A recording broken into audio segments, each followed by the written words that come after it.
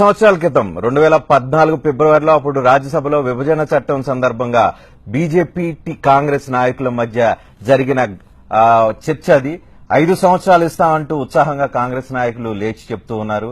లేదు 10 సంవత్సరాలు కావాలంటూ ఉన్నారు. తీవ్ర స్థాయిలో ఆ రోజు రాజ్యసభలో మాటల యుద్ధం జరిగింది. సరే 10 సంవత్సరాలు చూద్దాం ఇచ్చేద్దాం అని చెప్పి ఇద్దరు పరస్పరం అనుకున్నాం. మళ్ళీ ఒకసారి బీజేపీ నాయకులకు మెమరీ లాస్ ఉంటే రీకలెక్ట్ చేసుకోవడం కోసం మళ్ళీ ఒకసారి చూద్దాం.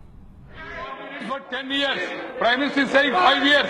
5 years will not be sufficient at all. You have to set up an industry and then start manufacturing.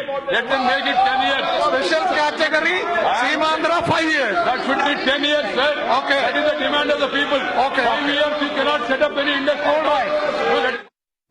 ఇది రాజ్యసభలో జరిగిన చర్చ. ఇక డైరెక్ట్ గా ప్రధానమంత్రిగా ప్రస్తుతం ఉన్న నరేంద్ర మోడీ అప్పుడు ప్రధానమంత్రి అభ్యర్థిగా ఆంధ్రప్రదేశ్ రాష్ట్రంలో పర్యటించారు. ఆంధ్రప్రదేశ్ రాష్ట్రంలో పర్యటించిన సందర్భంలో ఆయన చేసిన వ్యాఖ్యలు చూద్దాం. ఈ వ్యాఖ్యలు ఇప్పుడు ఆయన మర్చిపోయినట్లు ఉన్నారు, కానీ ఒకసారి రీకలెక్ట్ చేయడం కోసం ఒకసారి చూద్దాం. सीमांध्र को विकास के लिए जो स्पेशल स्टेटस का पैकेज मिला है, अगर उसकी क्रेडिट किसी एक व्यक्ति को जाती है तो उस व्यक्ति का नाम है नल्लूर का सपोर्ट वेंकैया नायडू गारू.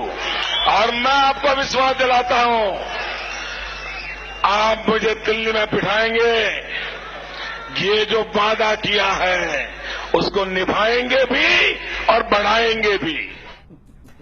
నెల్లూరు ఎన్నికల సభలో స్పెషల్ స్టేటస్ వచ్చేసినట్లుగా నరేంద్ర మోడీ చెప్పారు. ఆ వాగ్దానాన్ని నిలబెట్టుకుంటామనే విషయం చెప్పారు. 2 సంవత్సరాల తర్వాత ఈ రోజు కేంద్ర మంత్రులు లెటర్లు పట్టుకొని వస్తూ ఉన్నారు. స్పెషల్ స్టేటస్ విషయం విభజన చట్టంలో ఎక్కడా కనిపించడం లేదు, ఇవ్వాల్సిన అవసరం లేదని అంటూ ఉన్నారు. చేసిన వాగ్దానాలు, ఎన్నికల సభలో చేసిన వాగ్దానాలు, రాజ్యసభలో డిమాండ్ చేసిన సందర్భాలు బీజేపీ నాయకులు మర్చిపోయారు, కానీ ఆంధ్రప్రదేశ్ ప్రజలు మర్చిపోలేదు. కాబట్టి ఆంధ్రప్రదేశ్ ప్రజలు రగిలిపోతూ